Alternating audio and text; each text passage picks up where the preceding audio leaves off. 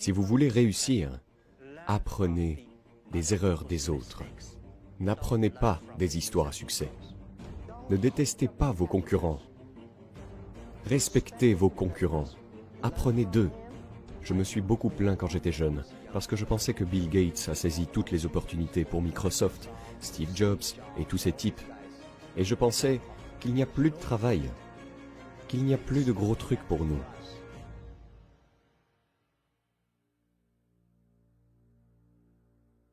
Très bien, commençons avec règle numéro 1, apprenez des erreurs des autres. Je pense que vous devez garder à l'esprit que si vous voulez réussir, vous devez apprendre des erreurs des autres et ne pas apprendre des histoires à succès. Les histoires réussies qu'ils font, n'écoutez pas ça. Il y a de nombreuses raisons à cela. Tout comme... Je me souviens de la première fois que la Harvard Business School est venue nous dire « Jack, nous voulons écrire une étude de cas pour vous. » En 2000. Ils sont venus, ils ont passé une semaine et ils ont rédigé un rapport. J'ai lu et j'ai dit « Mais ce n'est pas moi !» Et ils ont dit « C'est toi ?» Et j'ai dit « Non, ce n'est pas nous !» Et ils ont dit « C'est bien vous !» Alors ils m'ont fait signer le rapport. Et l'étude de cas a connu une audience et ils ont commencé à enseigner à toutes les universités. Les 5 années suivantes, ils m'ont invité à aller à l'étude des cas en me mettant toujours avec un concurrent de mon entreprise. Et après chaque étude de cas, Alibaba faisait faillite et cette entreprise réussirait. Tous les étudiants étaient d'accord. Et en fait, la réalité est que tous les 5 ans, tous les concurrents sont morts et c'est nous qui avons survécu. Alors comment pouvez-vous étudier ce genre d'études de cas sur la réussite? Apprenez des erreurs des autres. Peu importe votre intelligence, vous ferez des erreurs. Vous apprenez des erreurs non pas parce que vous serez en mesure d'éviter les erreurs, mais pour que, quand ces erreurs, la souffrance surviennent, vous savez comment y faire face. Comment y faire face? Le livre que je vais écrire, si je peux, sera Alibaba 1001 erreurs. C'est la chose la plus précieuse de ma vie. Dans ma vie, ce n'est pas ce que nous avons accompli, c'est à quel point nous traversons les jours difficiles et faisons face aux erreurs. Et si vous commencez à y penser maintenant, vous serez bon. Règle numéro 2, concentrez-vous sur la qualité et non sur la taille et la quantité. Le siècle dernier, plus c'est gros, mieux c'est. Ce siècle, plus c'est de qualité, mieux c'est. Faites les affaires. Ce n'est pas nécessairement parce que votre entreprise est grande de taille que vous faites plus de profit. Jack, vous croyez vraiment ça? Je crois que oui. Vous savez, nous avons une fortune de 500 entreprises que vous jugez en raison de leur taille. Combien d'entre elles sont vraiment heureux? Combien d'entre elles en profitent? Non. Les petites entreprises, elles sont très rentables. Ceux qui y travaillent sont très heureux, car ils peuvent passer du temps avec leurs femmes, leurs maris et leurs enfants, et continuer à travailler. Et c'est ça la vie. Règle numéro 3, soyez le premier. N'essayez pas d'être le meilleur. Soyez le premier. Soyez le premier à apporter le changement. Soyez le premier à relever le défi. Soyez le premier à surmonter les difficultés. Car pour être la meilleure personne, il n'y a qu'un seul champion olympique. Je ne pense pas avoir la chance de l'être, mais je peux toujours essayer de nouvelles choses et ne pas abandonner. Croyez-le parce que vous êtes si unique, tout le monde est unique. Être soi-même est toujours la clé. Règle numéro 4, préparez l'avenir. Des gens comme moi, je suis né dans une famille très pauvre. Je n'ai jamais eu une bonne éducation. J'ai échoué à tous les examens. Pour quelle raison, je ne sais pas. Mais plus tard, je me suis rendu compte que je n'ai pas d'argent, je n'ai pas la connaissance, je n'ai pas beaucoup de bons antécédents, comme dans les cas où par exemple vous avez un oncle riche ou quelque chose comme ça, non. La seule chose que je peux présenter aux jeunes, c'est de concourir pour 10 ans plus tard. Voici ce que je crois qui se produira 10 ans plus tard.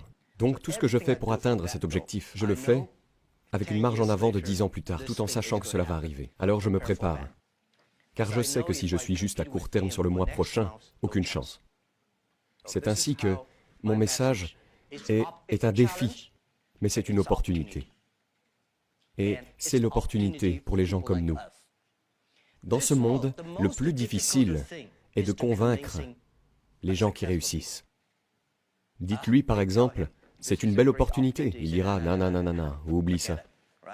Je fais cela depuis 30 ans. Mais pour des gens comme nous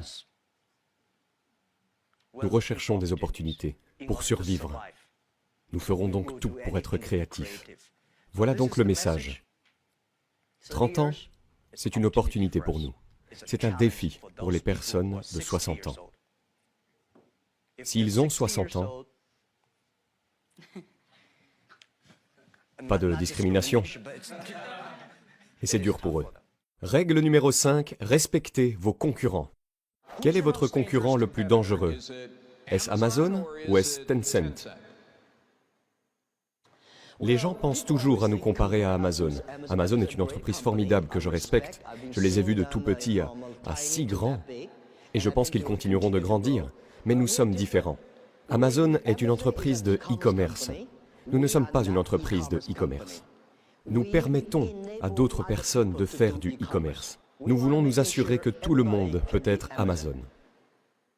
Alors, tu dis que Tencent est le meilleur. Tencent, bien sûr, c'est une excellente entreprise. Et vous savez, ce n'est pas facile d'être de cette taille en moins de 20 ans, si innovante, si créative, si différente sur les technologies sociales. Et ils attirent certainement l'attention et sont presque partout en Chine. Je les respecte. Bien sûr, nous sommes en compétition, mais concurrencer ne veut pas dire que je dois les détester. Ne détestez pas vos concurrents. Respectez vos concurrents. Apprenez d'eux. Mais, vous savez, Pony et moi, nous avons fait de la charité ensemble, la Nature Conservancy. Mais nous sommes en concurrence les uns avec les autres. Et lorsque nous sommes en concurrence les uns avec les autres, nous devons nous respecter les uns les autres. Je le respecte, je le respecte. Règle numéro 6, voir les défis comme des opportunités. Ce monde, aujourd'hui, est plein de défis et d'opportunités. Il y a 2000 ans, plein de défis et d'opportunités. Et j'en suis sûr, 2000 ans plus tard, plein de défis et d'opportunités. Il y en a toujours. Cela dépend de la façon dont vous voyez le monde autour de vous. Quelqu'un considère ce défi comme une opportunité. Les jeunes disent qu'il n'y a pas d'opportunité. Je me suis beaucoup plaint quand j'étais jeune, parce que je pense que Bill Gates a saisi toutes les opportunités pour Microsoft, Steve Jobs, tous ces gars-là. Et je pensais qu'il ne nous restait plus grand-chose. Mais je pense que l'opportunité réside toujours dans les défis, réside toujours dans les plaintes. Si vous pouvez résoudre le défi, vous réussirez. Plus le défi que vous résolvez est grand, plus l'opportunité que vous avez est grande. Règle numéro 7, mon préféré personnel, y croire. Au cours des 18 dernières années, lorsque j'ai fait Internet en Chine, nous avons reçu des critiques tous les jours. Vous savez, quand vous croyez en quelque chose, beaucoup de gens les critiquent. Mais si vous y croyez vraiment, continuez à le faire, améliorez-le. Nous avons été rejetés par plus de 30 investisseurs. Mais nous sommes restés très optimistes. Nous croyons au futur. Nous croyons en Internet. Et nous pensons que si nous ne réussissons pas, quelqu'un le fera. Règle numéro 8, entourez-vous de grandeur. Comment est-ce que je fais pour inciter mes collègues et collaborateurs dans leur travail? Il faut trouver les personnes qui peuvent se mobiliser. Il est impossible d'encourager une personne négative. Les gens que vous embauchez devraient donc travailler ensemble. Nous en avons 65 000 à l'heure actuelle. Vous ne pouvez pas embaucher tous ceux qui sont positifs, mais au moins les gens qui travaillent avec moi. Mon leadership de gestion dans plusieurs domaines doivent être positifs. Ils doivent savoir motiver les autres, car je ne peux pas motiver tout le monde et assurer une transmission de la culture de l'entreprise. Je pense que ce serait très douloureux pour moi de parler à mon vice-président, qui aurait besoin d'être motivé et mobilisé à chaque fois. Cela ne fonctionnera pas. S'il ne sait pas comment motiver ou mobiliser ses collaborateurs, je ne pense pas qu'il mérite d'être le vice-président. Il devrait être plutôt un bon ingénieur, un bon designer, mais pas un bon leader. Un bon leader doit savoir comment motiver les autres, mais pas seulement avec l'argent. La plupart des gens sont motivés dans leur travail et s'y donnent à fond, pas parce que vous leur donnez beaucoup d'argent.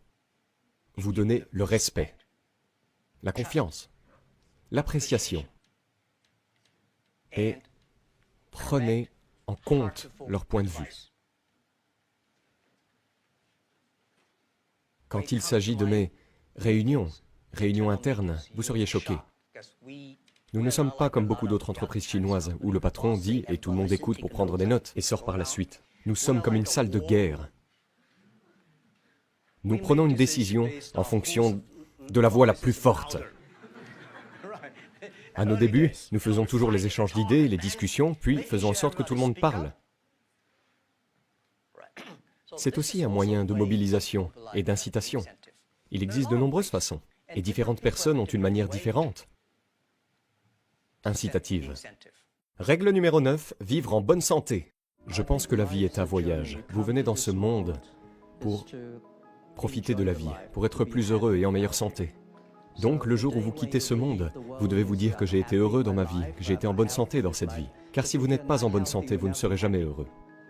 Je crois donc que le bonheur et la santé sont les choses que les êtres humains recherchent toujours. Et je pense que dans les 30 prochaines années, à cause de la technologie, les sciences de la vie vont beaucoup changer. Les gens vivront plus longtemps. Mais vivre plus longtemps ne signifie pas nécessairement vivre en meilleure santé. Donc si vous n'êtes pas en bonne santé, comment pouvez-vous être heureux? Et si vous vivez plus longtemps et que vous n'êtes pas heureux, pourquoi vivez-vous alors? Et la règle numéro 10, amusez-vous.